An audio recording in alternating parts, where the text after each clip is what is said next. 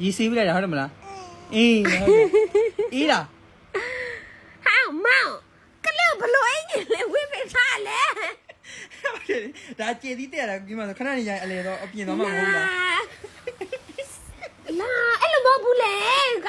အခုသူညီပပနေဘာလို့ပေးရလဲ အေးတယ်လေတော့ချွေအေးပြလားဘာမှမတူဘူးနဲ့တော့နော်ဘာမှမတူဘူးနော်ချွေနော် လောက်ချွတ်အဲ့လိုဝေးရမဟုတ်ဘူးမောင်နှကြည့်ရไม่สวยหรอ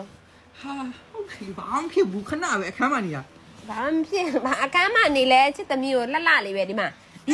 ဟုတ်လေအေးလေ မအေးဘူးဘာအေးလဲဖူးညာအဖေဒီကိုအလုံးလုံးခိုင်းလိုက်ပြီဆိုလို့ရှိရင်လေဟိုမှာဘလူးတွေကာတွန်းလိုမျိုးတွေလောက်ပြီးထားရလဲမသိဘူးနာကူတူ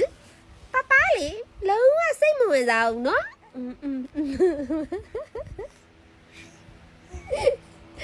ကြားဖြင့်ပြေးနိုင်တာလွယ်လွယ်ဒီကျေသီးတဲ့တာမလွယ်ဘူး